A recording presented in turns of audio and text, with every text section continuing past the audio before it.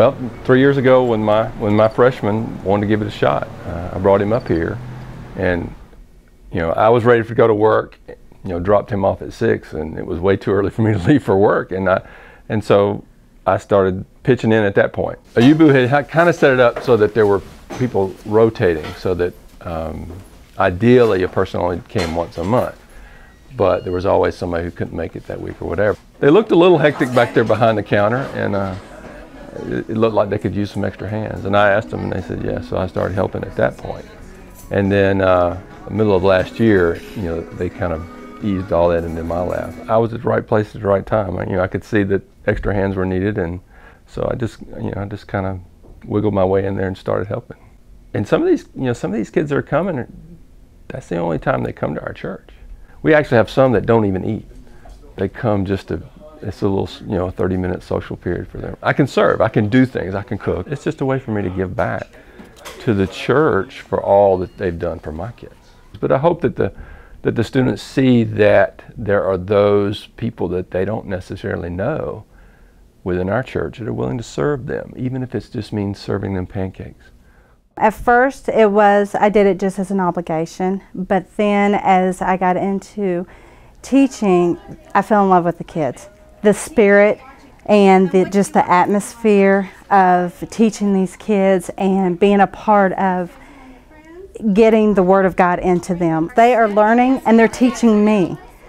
Because of them, I want to learn the Scriptures more.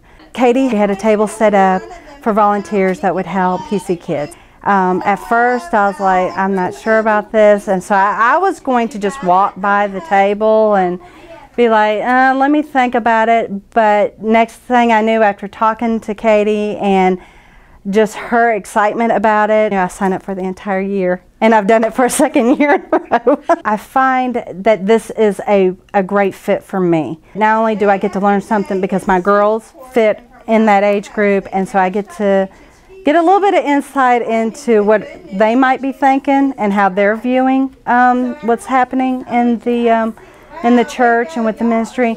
They throw in like a new twist on it, a new way of looking at it in such a fresh, innocent way that I'm like, wow.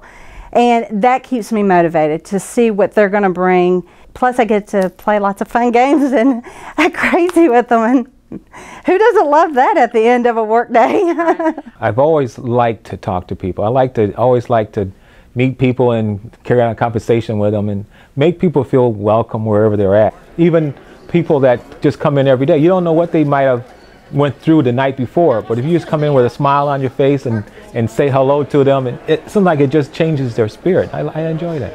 It shows that this church is a loving church. It shows that we like people. As a parent, you have to set an example for you, because your kids look at you and they see what you do.